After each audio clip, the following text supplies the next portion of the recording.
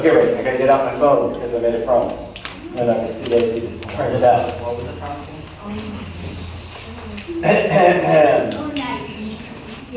We're talking about Santa Claus. Yes. Here's what I found. Not that any of you couldn't have found the exact same thing. Hold on. Before we get too far along, and I have to argue with Zach. First three words in black. The true story. I'm not just saying it, right? I'm reading it to you, okay?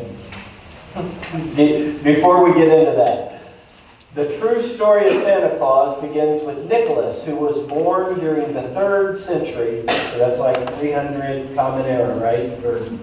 Wait, he's immortal? So like, Wait, hold on. Yeah, he's over 1,000 years old. Hold on. More like getting close to 2,000. In the village of Patara. At the time, the area was Greek and is now on the southern coast of Turkey.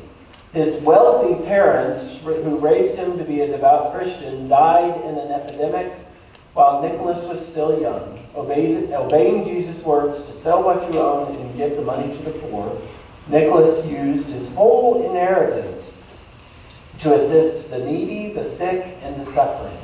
He dedicated his life to serving God and was made Bishop of Myra while he was still a young man. Bishop Nicholas became known throughout the land for his generosity to those in need, his love for children, and his concern for sailors and ships. There's more stories later about his miracles that turned him into a saint about sailors and ships. But Saint Nicholas, you've heard that terminology, Yes, right? Yes. Jolly Saint Nick.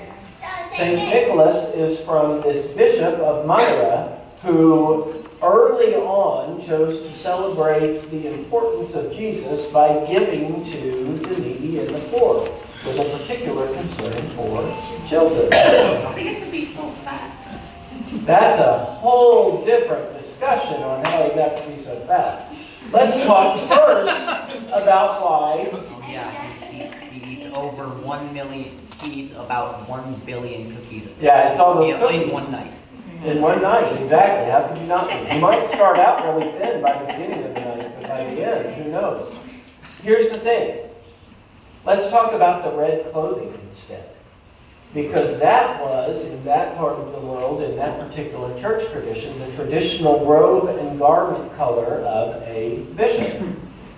So, the red and white clothing actually comes from the robes and garments of a bishop, in this case, the Bishop of Myra. So, St. Nicholas became what we now talk about and understand as Santa Claus. And what's important about that, and what I want you to remember about that, is as central a figure as that is to the celebration of Christmas, he was motivated by his love for Jesus and his desire to care for the poor and the needy.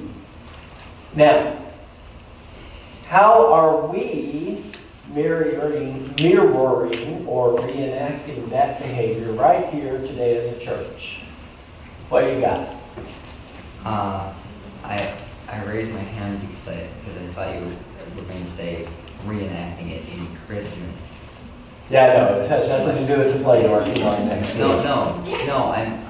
Oh. Like we reenact it like we give gifts to each other.